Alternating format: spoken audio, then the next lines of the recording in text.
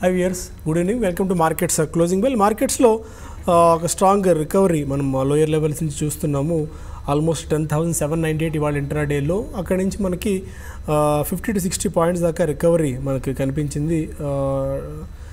10,861 దగ్గర ప్రస్తుతం Nifty coat అవుతుంది. ఆల్మోస్ట్ 30 పాయింట్స్ ప్లస్ తోటి. సెన్సెక్స్ కూడా 130 పాయింట్స్ మేర రికవరీ అయింది. బ్యాంక్ నిఫ్టీ కూడా ఆల్మోస్ట్ మనకి 50 పాయింట్స్ మేర ప్లస్తో కోట్ అవుతుంది. ఎస్ బ్యాంక్ ఒకటి ఫస్ట్ న్యూస్ ఫస్ట్ అని ఇప్పుడు ఎస్ బ్యాంక్ రణ్వీర్ గిల్ తన కొత్త ఎండి సిఇఓగా ప్రకటించింది. చాలా కాలం నుంచి గొడవ నడుస్తున్న నేపథ్యంలో యాజమాన్యానికి ఇన్వెస్టర్స్కి మధ్య సో ఎట్టకేలకు కొత్త సిఇఓ ప్రకటన ఎస్ బ్యాంకులో కాన్ఫిడెన్స్ని కొద్దిగా గొప్ప పెంచింది. దీంతో ఈ స్టాక్ 10% మేర ఇవాళ పెరగడం చూస్తున్నాం. దానికి తోడు ఎస్ బ్యాంక్ రిజల్ట్స్ని కూడా పోస్ట్ చేసింది. డీసెంట్ సెట్ ఆఫ్ రిజల్ట్స్ని ఎస్ బ్యాంక్ పోస్ట్ చేయడం చూస్తున్నాము. రవ్నీత్ గిల్ అని ఆయన రాణా కపూర్ని రీప్లేస్ చేయబోతున్నాడు. దాదాపు 25 సంవత్సరాలకు పైగా అనుభవం రవ్నీత్ గిల్కు ఉంది. ఇప్పుడు డాయిష్ బ్యాంకులో ఆయన పనిచేస్తూ వస్తున్నారు. అనేక బ్యాంకింగ్ సంబంధించిన అనేకమైన విభాగాల్లో ఆయన పనిచేసిన అనుభవం ఉంది. కాబట్టి మేబీ రవ్నీత్ గిల్ ఎస్ బ్యాంకును గాడిలో పెట్టడంతో పాటు మరింత ముందుకు తీసుకెళ్తారన్న ఉద్దేశంతో ఈ స్టాక్లో ఇవాళ చాలా స్ట్రాంగ్ జంప్ చూస్తున్నాము. ఇంతకాలం ఈ రాణా కపూర్ ఇష్యూ నేపథ్యంలో ఒక అంబిగ్విటీ, ఒక అనిశ్చితి ఉండేది. ఇప్పుడు రవ్నీత్ గిల్ వచ్చిన తర్వాత maybe because of this hope ర్యాలీతో స్టాక్ పెరుగుతోంది. బట్ మేబీ రేపు ఆ ఎల్లుండి కొద్దిగా ఈ డస్ట్ సెటిల్ డౌన్ అయిన తర్వాత మళ్ళీ ఫండమెంటల్స్ ఫైనాన్షియల్సే ఈ స్టాక్ని ముందుకు తీసుకెళ్తారని ఎలాంటి సందేహం లేదు. ఆయనకు చాలా అనుభవం ఉన్న నేపథ్యంలో no doubt international markets exposure కూడా ఆయనకు ఉంది. కాబట్టి రవ్నీత్ గిల్ ఎస్ బ్యాంక్ని మళ్ళీ గాడిలో పెడతారని అనుకుందాం. ఇక ఇండెక్స్లో చాలా స్టాక్స్ గురించి మనం మాట్లాడుకుందాం. వాటన్నిటికంటే ముందు ఇనీషియల్ మార్కెట్ కామెంటరీ ఫస్ట్ తెలుసుకుందాం. సో గుడ్ ఆఫ్టర్నూన్ అండి. సో ఎస్ బ్యాంక్ చాలా స్ట్రాంగ్ గెయిన్స్, 10% ఆఫ్ గెయిన్స్ మనం చూస్తున్నాము. మేబీ ఇది ప్రాఫిట్ బుకింగ్ టైం అనుకోవాలా, ఆర్ఎల్స్ ఇంకా హోల్డ్ చేసుకుంటే పీక్ పాత హైస్ మళ్ళీ వచ్చే అవకాశం ఇప్పటికిప్పుడు ఇంకా కనిపించట్లేదు. కానీ బట్ ఇనిషియల్గా ఎవరైనా ఈ మధ్యకాలంలో లోయర్ లెవెల్స్లో కొన్ని ఉంటే ప్రాఫిట్ బుక్ చేసుకోవచ్చు, ఆర్ఎల్స్ హోల్డ్ చేయొచ్చా? మీ వ్యూ ఎలా ఉంది? అంటే నేను ప్రధానంగా అంటే చాలా సందర్భాల్లో మనం ఎస్ బ్యాంక్ గురించి మనం మాట్లాడుకున్నామంటే హోల్డ్ చేయమని నేను సలహా ఇస్తున్నాను. ఇప్పుడు కూడా అదే చెప్తానంటే హోల్డ్ చేయమనే చెప్తాను. ఎందుకంటే ఇప్పుడు జరగాల్సిన జరగాల్సిన డ్యామేజ్ జరిగిపోయి స్టాక్ 150-160 లెవెల్స్ నుంచి కూడా 200 పైకి ఈరోజు మళ్ళీ పోస్ట్ రిజల్ట్ తర్వాత 220 మనం 200 పైకి రావచ్చు అని కూడా జస్ట్ మనం ఫ్యూ డేస్ బ్యాక్ కూడా అనుకున్నాము. రిజల్ట్ దాన్ని సపోర్ట్ చేశాయి. దానికి తోడు కొత్త చైర్మన్ అపాయింట్మెంట్ అనేది చేయడంతో ఈ స్టాక్లో మరింత మనకి పెరగడం అనేది స్టాక్లో కనపడుతుంది. కాబట్టి నా ఉద్దేశం ప్రకారం హోల్డ్ చేయమనే చెప్తానండి. ఇప్పుడే ప్రాఫిట్ బుక్ చేసుకోవాల్సిన అవసరం అయితే లేదు. ఇంకా ప్రాఫిట్ని రన్ చేయడం అనేది ఇంపార్టెంట్ అనుకుంటాను ఈ స్టాక్లో. అంటే అన్ని స్టాక్స్కి మనం ఒక విధంగా ఉంటుంది. బట్ ఇప్పుడున్న పరిస్థితిలో ఎస్ బ్యాంక్ని కంటిన్యూ చేయమని చెప్తాను. ఇంకా కావాలంటే నెక్స్ట్ ఎవరైతే రీసెంట్గా కొనలేని అంటే 160, 180, 190 లెవెల్స్లో చాలాసేపు అయితే నిన్న జస్ట్ ఫ్యూ డేస్ బ్యాక్ మొన్న 184 దాకా లో వచ్చింది. సో అటువంటి కరెక్షన్స్లో కొనలేని వాళ్ళు నెక్స్ట్ కరెక్షన్స్లో కొనుక్కోమంటాను. ఇంకా ఇది నేను అనుకోవడం ఇంకా బాగా పెరిగే అవకాశాలే నాకు కనపడుతున్నాయండి. ఎవరి డిప్లో కూడా బై అని చెప్తాను. ఇంకా మార్కెట్ ఒకసారి మనకి ఈ ఎస్ బ్యాంక్ కారణంగా ఒకసారి కూడా స్ట్రాంగ్ అయింది. వీక్గా ఉన్న బ్యాంక్ నిఫ్టీ ఒకసారి కూడా బాగా పెరగడంతో మళ్ళీ మార్కెట్స్ ఇప్పుడు ప్రస్తుతానికి అంటే లాస్ట్ ఒక హాఫ్ అన్ అవర్ హైస్కి నిఫ్టీ రావడం చూస్తున్నాము. బ్యాంక్ నిఫ్టీ మాత్రం చాలా వరకు ఫ్లాట్గా ఉందని చెప్పొచ్చు. ఎక్కువగా స్టాక్ స్పెసిఫిక్ యాక్షన్ అనేది మార్కెట్లో ఉందండి. సో డాష్ బ్యాంక్ సిఇఓగా ఉన్న Ravneet Gill Yes Bank top పోస్ట్కి ఆయన ఎంపికయ్యారు. రిజర్వ్ బ్యాంక్ ఆఫ్ ఇండియా నుంచి క్లియరెన్స్ తెచ్చుకున్న తర్వాత ఎస్ బ్యాంక్ ఈ ప్రకటన చేసింది. సో ఆయన అనుభవం విషయానికి వచ్చినట్టు 32 years ఆఫ్ ఎక్స్పీరియన్స్ ఆయనకు ఉంది. జర్మనీకి చెందిన డాయిష్ బ్యాంక్లో ఇండియా చీఫ్గా 2012 నుంచి ఆయన పనిచేస్తున్నారు. క్యాపిటల్ మార్కెట్స్ ఒకటి, treasury, structured finance, foreign exchange, transaction banking, risk management, private banking ఇలాంటి రంగాల్లో ఆయనకు చాలా విశేషమైన అనుభవం ఉంది అని చెప్పి మనకి తెలుస్తుంది. సో ఈ విషయం ఆల్ ది వెరీ బెస్ట్. ఇంకా మిగిలిన స్టాక్స్ గురించి కూడా ఒకసారి మనం మిగిలిన సెక్టార్స్ గురించి కూడా ఇవాళ మనం మాట్లాడుకుందాం. సో బ్యాంక్ నిఫ్టీ ఒకటి ఎందుకంటే ఎస్ బ్యాంక్లో one of the main component, but still bank Nifty మాత్రం కొద్దిగా అండర్ పర్ఫామ్ చేస్తుందని చెప్పుకోవాలి when compared with Nifty. So దీని మీద ఎలాంటి టేక్ ఉంది? అంటే బ్యాంక్ నిఫ్టీలో మనకి ఎస్ బ్యాంక్ మినాయిస్తే మిగతా బ్యాంక్ స్టాక్స్ ఏవి కూడా బాగా మనకి అంటే పెరిగిన దాఖలు అయితే ఏం పెద్దగా ఏం లేవండి. దాని కారణంగా మనకి బ్యాంక్ నిఫ్టీలో జస్ట్ ఒక 30 పాయింట్స్ పాజిటివ్లో ఉంది మనకి క్యాష్లో. ఫ్యూచర్లో అయితే ఒక ఓన్లీ 15 పాయింట్సే మనకి మాత్రమే పాజిటివ్గా ఉంది.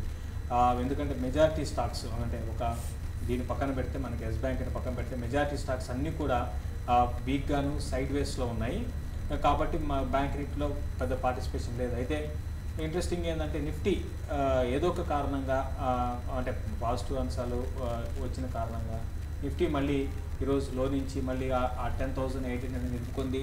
అదేవిధంగా బ్యాంక్ నిఫ్టీ కూడా 27,200 మనకి సపోర్ట్ అనుకున్నాం, దాన్ని కూడా నిలుపుకుంది. ఈ రెండు పాజిటివ్ అంశాలుగా మనం పరిగణించవచ్చు.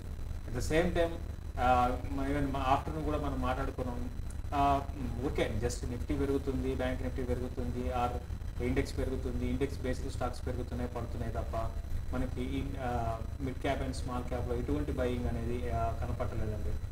కాబట్టి చాలామంది ఇన్వెస్ట్మెంట్ చేసిన వాళ్ళందరూ కూడా పోర్ట్ఫోలియోస్ మైనస్లోనే ఉంటాయి.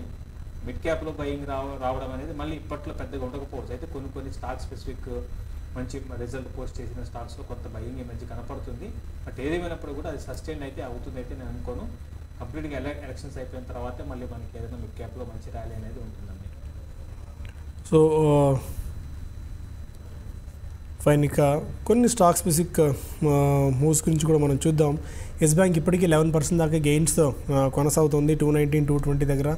IndiGo 6% gains. Shriram transport, Bank of Baroda లాంటి స్టాక్స్లో కొద్దిగా పాజిటివ్ యాక్టివిటీ ఉంది లార్జ్ క్యాప్ స్పేస్లో. అదే మిడ్ క్యాప్ స్పేస్లో ఇండియా ఆల్మోస్ట్ 8% దాకా లాభపడింది. ఒబరాయ్ రియాలిటీ ఈ 6% దాకా గెయిన్ ఉంది. ఇవాళ కొన్ని రియాలిటీ రిలేటెడ్ సెక్టార్స్లో స్టాక్స్లో కూడా కొద్దిగా స్ట్రాంగ్ యాక్షన్ ఉంది. Godrej properties for the matter ఇవాళ 3.5 నుంచి 4% దాకా గెయిన్ అయింది. IFL holdings, Allahabad bank, Indian bank లాంటి స్టాక్స్ కూడా 2.5 నుంచి 3% దాకా గెయిన్స్ కొనసాగుతున్నాయి. స్మాల్ క్యాప్ స్టాక్స్లో మనకి జేఎస్డబ్ల్యూ హోల్డింగ్ 6% దాకా పెరిగింది. వీమార్ట్ రీటైల్ 5% దాకా gains. Ujjivan finance, Kaveri seeds, granules లాంటి స్టాక్స్లో కూడా 4 to 5% దాకా గెయిన్స్ ఉన్నాయి. అదే మైక్రో క్యాప్లో మనకి కొద్దిగా టాన్లా లాంటి స్టాక్స్ ఉన్నాయి కానీ బట్ అంత చెప్పుకోదగ్గ ఫెమిలియర్ నేమ్స్ ఏమీ కనిపించట్లేదు. ఇక లూజర్స్ విషయానికి వచ్చినట్టయితే భారతీ ఇన్ఫ్రాటెల్ 5% దాకా నష్టపోయింది. For the matter Ashok Leyland గురించి మనం మధ్యాహ్నం కూడా మాట్లాడుకున్నాం. 85 రూపాయల మార్క్ వచ్చేసింది. లాస్ట్ టైం కూడా ఇదే సేమ్ 80-85 రూపీస్కి వచ్చి 100 రూపీస్ మార్క్కి చేరుకుంది. సో ఈసారి అలాంటి స్థితి ఏమన్నా కనిపించే అవకాశం ఉందా? అంటే ఈసారి అంత తొందరగా మళ్ళీ ఐ మీన్ పాత లెవెల్స్కి వెళ్తుంది అయితే నేను అనుకోనండి. ఈసారి వచ్చిన సెల్లింగ్ అనేది కొంచెము ఈసారి ఇంతకుముందు వేరు, ఇంతకుముందు సిచ్యువేషన్ వేరు. బట్ ఈసారి వచ్చిన సెల్లింగ్ అనేది చాలా స్ట్రాంగ్ హ్యాండ్స్ అంటే అంటే మంచి ఫండ్స్ కొంతమంది దీంట్లోంచి ఎగ్జిట్ అయిన సందర్భాలు మనం అరౌండ్ 120 ఆ లెవెల్లో కూడా చూసామండి. కాబట్టి ఏంటంటే ఇమీడియట్గా అయితే ఈ స్టాక్ బౌన్స్ అయ్యే అవకాశాలు లేవు.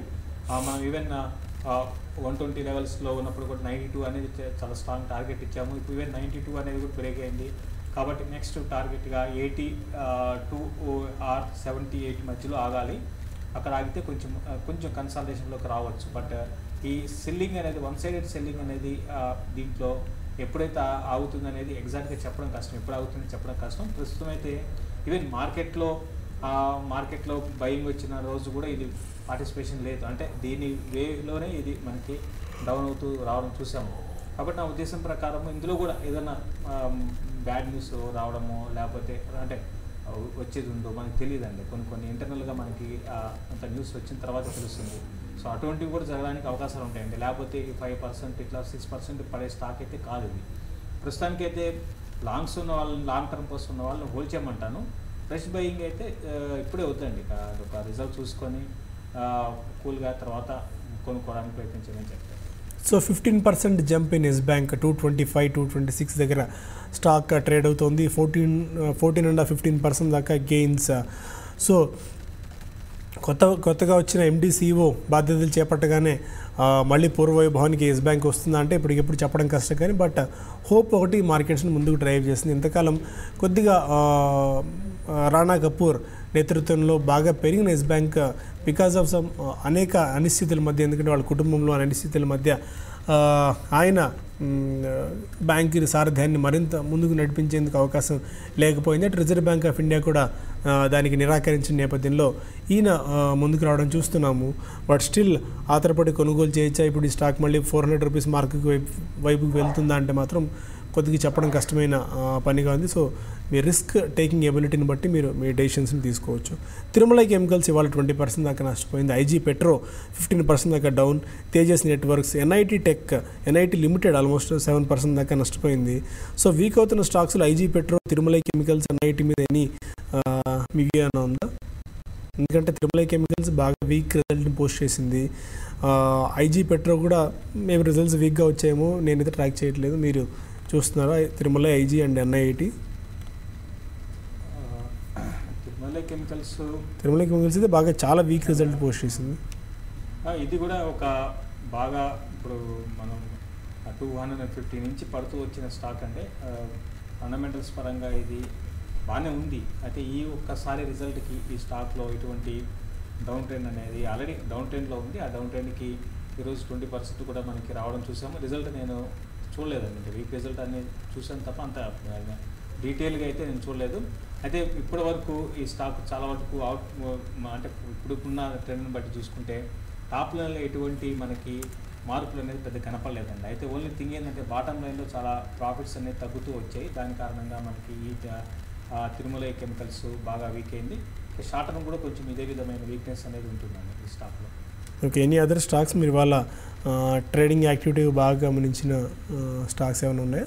ట్రేడింగ్ అంటే ఇప్పుడు దాదాపు మార్నింగ్ సెషన్లో మనం చూస్తాం రిలయన్స్ ఇండస్ట్రీస్లో మంచి యాక్టివిటీ కనపడిందండి. తర్వాత సెకండ్ హాఫ్కి వచ్చేటప్పటికి మరీ ముఖ్యంగా లాస్ట్ ఒక 1 అవర్లో ఆబ్వియస్గా మనకి రిజల్ట్ బేస్డ్ స్టాక్స్లో మనకి యాక్టివిటీ ఉంటుంది. అందులో భాగంగా ఎస్ బ్యాంక్ ఒకటి మంచి లాంగ్స్ అనే షార్ట్స్ బాగా స్క్వీజ్ అయినాయండి, బాగా షార్ట్ కవరింగ్ అనేది స్టాక్లో చూసాము. అదేవిధంగా కొన్ని స్టాక్స్లో లైక్ ఈవెన్ అల్ట్రాటెక్లో కూడా కొంచెం ఈరోజు ఎఫ్ఎన్ఓలో స్పేస్లో కొంచెం అంటే రిజల్ట్ ఈరోజు అల్ట్రాటెక్లో ఉంది, దాంట్లో కూడా కొంచెం ఎఫ్ఎన్ఓ స్పేస్లో యాక్టివిటీ మనకి కనపడింది. అయితే బ్యాంక్స్ మాత్రం ఈవెన్ మనకి ఇంత ఎత్తున ఎస్ బ్యాంక్ ర్యాలీ ఇస్తున్నా కూడా బ్యాంక్స్ అంటే లో నుంచి రికవర్ అయినా కూడా దానికి తగ్గట్టుగా బ్యాంక్ నిఫ్టీ ఫ్యూచర్స్లో మరి ముఖ్యంగా పెద్ద బయింగ్ అయితే రావట్లేదు. కాబట్టి చూడాలి నెక్స్ట్ ఫ్యూ డేస్ మిగతా బ్యాంక్ స్టాక్స్ ఏ విధంగా బిహేవ్ చేస్తాయో అని చూడాల్సి ఉంటుంది. సో రేపైనా మార్కెట్స్ని ప్రభావితం చేసే అంశాలు ఏమైనా కనిపిస్తున్నాయి. ఎస్ బ్యాంక్ సంబంధించిన యాక్టివిటీ ఇవాళ ముగిసిపోయినట్టుంది. దాదాపు స్టాక్ 16%, 17% దాకా గెయిన్స్లోకి వెళ్ళింది. సో ఇనీషియల్గా క్విక్ ట్రేడ్ కోసం ఏమైనా ఆపర్చునిటీస్ ఉన్నాయా ఎస్ బ్యాంక్లో? మేబీ ఎగ్జిట్ అయ్యి మళ్ళీ ఎంటర్ అయ్యేందుకు, ఆర్ఎల్స్ ఎంటర్ అయ్యి మళ్ళీ ఎగ్జిట్ అయ్యేందుకు? క్విక్ ట్రేడ్ అంటే కొనుక్కోవడమే, దీన్ని కొనుక్కొని బై చేయమని చెప్తానండి. స్టాకు ఎంత పెరిగింది కదా సెల్లింగ్ వెళ్ళడం అనేది రాంగ్ అవుతుంది. కొనుక్కోమని చెప్తాను. ఫర్ ఎగ్జాంపుల్ మనకి సేమ్ ఇదే ట్రెండ్ మనకి రిలయన్స్లో కూడా కనపడిందండి. రిలయన్స్లో మనకి రిజల్ట్కి ముందు ఒక 30 రూపీస్ ఎంతో పెరిగింది లో నుంచి. తర్వాత రిలయన్స్ పక్క రోజు ఓపెనింగ్ ఫ్లాట్ ఓపెనింగ్ ఉంది. తర్వాత అక్కడ నుంచి అంటే 11.45 ఆ లెవెల్ చాలాసేపు ఉంది. అక్కడ నుంచి 100 రూపాయలు అంటే చాలామంది 3-4% పెరిగింది, ఇంకేం పెరుగుతుందని అనుకుని షార్ట్లు చేసిన వాళ్ళు చాలామంది రిలయన్స్లో షార్ట్ కవరింగ్ వచ్చి పెరిగింది. అట్ ద సేమ్ టైం ఈ స్టాక్లో కూడా సెల్లింగ్ అయితే వెళ్ళవద్దంటాను, కొనుక్కోమని చెప్తాను. నేను అనుకోవడం 240 అనేది నెక్స్ట్ టార్గెట్గా దీనికి చెప్పొచ్చు. 242-244 దాకా నెక్స్ట్ టార్గెట్గా చెప్పొచ్చు. Okay fine. అది ఎస్ బ్యాంక్ మీద వ్యూ. చాలా స్టాక్స్ గురించి మనం ఇప్పటికే మాట్లాడుకున్నాం, డిస్కస్ చేసాం. So anything to be specific అంటే కొద్దిగా ఇవాళ మనకి గ్రాఫైట్ రిలేటెడ్ స్టాక్స్లో వీక్నెస్ మనం అబ్జర్వ్ చేస్తున్నాము. కేపీఐటీ మనం మధ్యాహ్నం కూడా అనుకున్నట్టు కేపీఐటీ ఇంజనీరింగ్ అని వాళ్ళకి సపరేట్ కంపెనీ కేపీఐటీలో ఉన్న డివిజన్ని టీమర్ చేసి అంటే దాన్ని ఇంకొక కంపెనీగా ఫ్లోట్ చేయబోతున్నారు. దానికి కేపీఐటీ ఇంజనీరింగ్ అని పేరు పెట్టి ఆ కేపీఐటీ ఇంజనీరింగ్ షేర్స్ని ఆ కంపెనీ లిస్ట్ చేసి దానికి సంబంధించిన ఒక షేర్ను కేపీఐటీ టెక్ షేర్ని హోల్డ్ చేసిన వాళ్ళకి ఇవ్వబోతున్నారు. సో ఇంకా దాని ప్రైజింగ్ ఏంటి, ఎలా ఉండబోతుంది అన్న ఏవైతే ఇంకా తెలియలేదు కానీ, బట్ అందుకే స్టాక్ ఇవాళ 38-40% దాకా నష్టపోవడం చూస్తున్నాం. దాని ఎక్స్డేట్ ఇవాళ ఉంది. HEG almost 9% down, graphite India 7% down 623. Maybe ఇది కూడా బిలో 600 లెవెల్స్కి రావడం పెద్ద కష్టమైన పనేం కాదు. గ్రాఫైట్ ఇండియాకి ఆల్మోస్ట్ 1100 లెవెల్స్ నుంచి చాలా స్టీప్ ఫాల్ చూస్తున్నాం. జ్యోతి ల్యాబొరేటరీస్ 7% డౌన్, చాలా వీక్ రిజల్ట్ని పోస్ట్ చేసింది జ్యోతి ల్యాబొరేటరీస్. ఎడిల్వైజ్ కూడా ఫ్లాట్ సెట్ ఆఫ్ రిజల్ట్స్ని అనౌన్స్ చేసింది, దాంతో మార్కెట్ దీన్ని కూడా పనిష్ చేసింది. 6% down with 151 rupees. But 120 to 140 లెవెల్స్కి ఏమాత్రం వచ్చినా కూడా మళ్ళీ ఎడిల్వైజ్ అట్రాక్టివ్ బెట్ అని చెప్పి రీసెర్చ్ ఏజెన్సీస్ పదే చెప్తూనే వస్తున్నాయి. సో దాన్ని కూడా మీరు కన్సిడర్ చేసుకోవచ్చు. జూబిలెంట్ లైఫ్, డాక్టర్ లాల్ ప్యాథ్ ల్యాబ్స్ లాంటి స్టాక్స్లో కూడా 4% దాకా వీక్నెస్ మనం చూస్తున్నాం. సో స్మాల్ క్యాప్ ఇంతకుముందు డిస్కస్ చేసాం, తిరుమలకి అలాంటి స్టాక్లో weakness. So I have discussed most of the points. 26 points ప్లస్తో 10,857 లెవెల్స్ దగ్గర నిఫ్టీ ట్రేడ్ అవుతుంది. అలాగే 109 పాయింట్స్ ప్లస్లో 36,217 దగ్గర మనకి సెన్సెక్స్ ట్రేడ్ కావడం చూస్తున్నాం. బ్యాంక్ నిఫ్టీ ఆల్మోస్ట్ 48 పాయింట్స్ ప్లస్తో 27,298 లెవెల్స్ దగ్గర ట్రేడ్ అవుతుంది. ఆ నోట్తో బులెటిన్ ఇక్కడ వైండప్ చేద్దాం. Stay with us for latest updates.